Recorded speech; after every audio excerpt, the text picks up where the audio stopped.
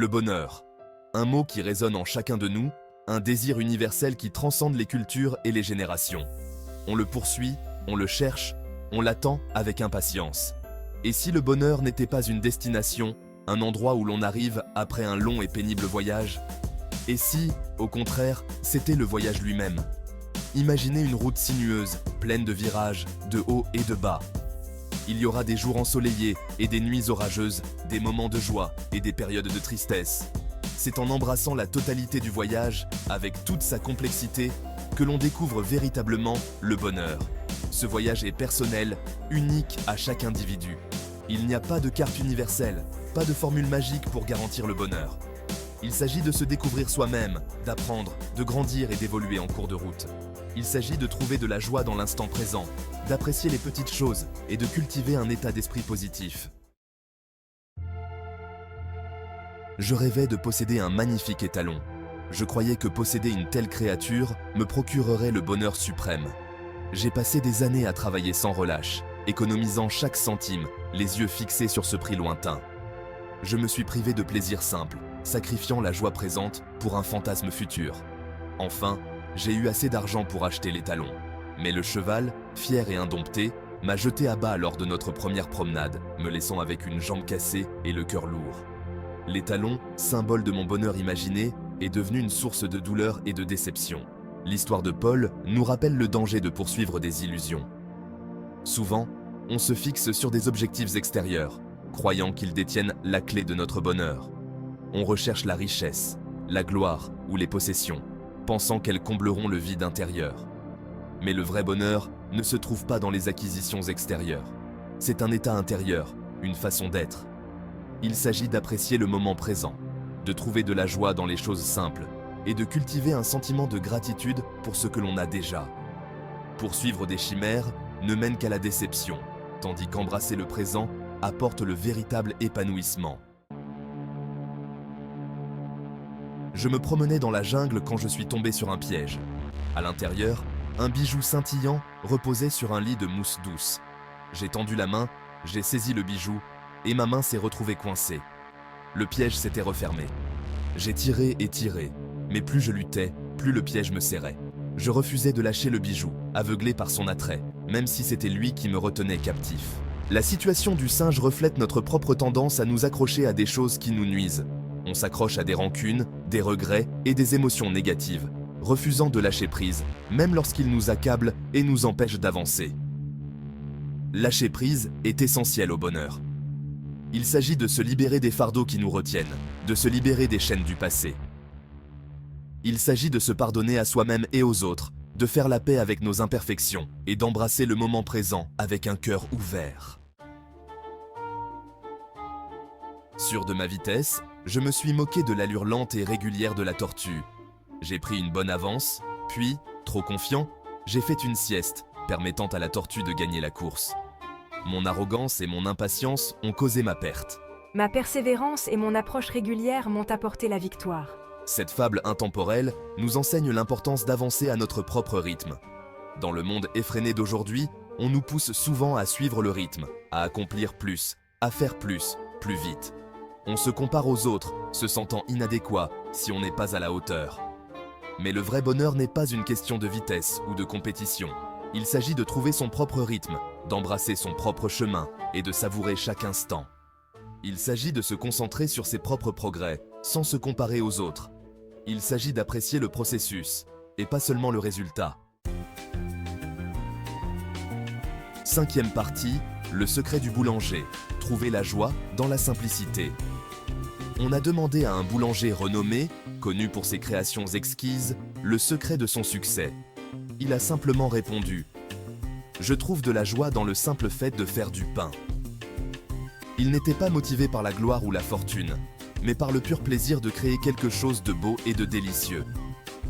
Il trouvait le bonheur dans le rituel quotidien du pétrissage de la pâte, l'arôme du pain fraîchement cuit, la satisfaction de partager ses créations avec les autres. Le secret du boulanger nous rappelle que le bonheur peut se trouver dans les choses les plus simples. Il ne s'agit pas de grands gestes ou d'expériences extravagantes, mais d'apprécier les petites joies qui remplissent notre vie quotidienne. Il s'agit de trouver du plaisir dans l'ordinaire, le banal, les routines quotidiennes qui passent souvent inaperçues.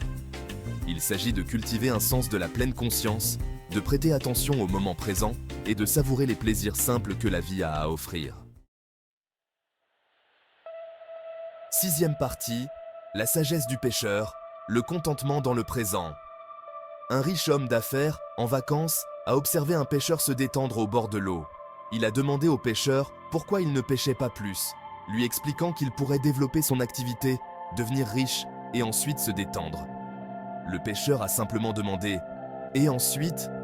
L'homme d'affaires a répondu « Ensuite, vous pourrez vous détendre et profiter de la vie. » Le pêcheur a souri « Mais c'est déjà ce que je fais. » La sagesse du pêcheur souligne l'importance de trouver le contentement dans le présent.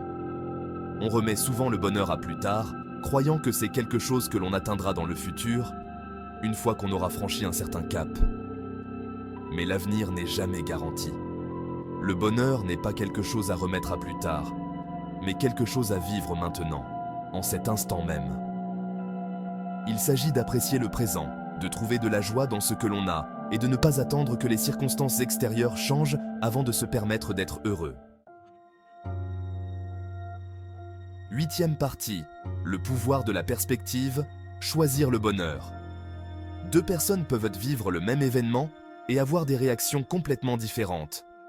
L'une peut le voir comme un revers, une source de frustration, tandis que l'autre peut le voir comme un défi, une opportunité de croissance. La différence réside dans leur perspective. Notre perspective façonne notre réalité. Elle détermine comment on interprète les événements, comment on réagit aux défis et, en fin de compte, à quel point on est heureux. On a le pouvoir de choisir notre perspective. On peut choisir de se concentrer sur le négatif ou le positif, sur les problèmes ou les solutions. Choisir de se concentrer sur le positif, sur le bien dans chaque situation, nous permet de créer notre propre bonheur. Neuvième partie, le don de l'acceptation. Accepter l'imperfection. La vie est imparfaite. Il y aura des défis, des revers et des déceptions. Il y aura des moments où les choses ne se passeront pas comme prévu. Accepter cette imperfection est essentiel pour trouver le bonheur. Résister à la réalité, aspirer à une existence sans faille, ne mène qu'à la frustration et à la souffrance. Accepter l'imperfection, en revanche, nous permet de trouver la paix et le contentement. L'acceptation ne signifie pas abandonner ou se contenter de peu. Cela signifie reconnaître la réalité telle qu'elle est, sans jugement ni résistance.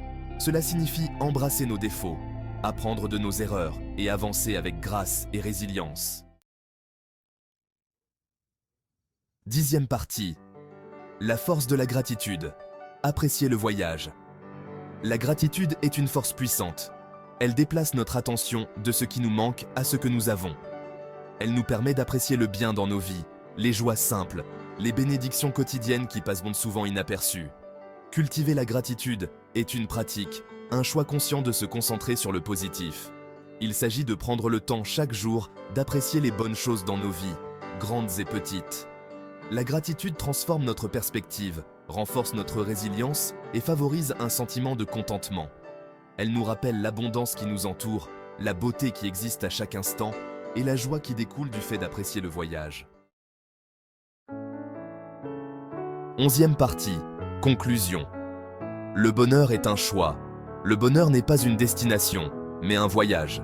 Ce n'est pas quelque chose que l'on trouve, mais quelque chose que l'on crée. C'est un choix, une décision consciente de se concentrer sur le positif, d'embrasser le présent et de cultiver un état d'esprit de gratitude et d'acceptation. Il s'agit de vivre authentiquement, d'embrasser notre voyage unique et de trouver de la joie dans les choses simples. Le chemin du bonheur est en chacun de nous. Choisissez de le parcourir avec un cœur ouvert, un esprit positif et une profonde appréciation pour le don de la vie.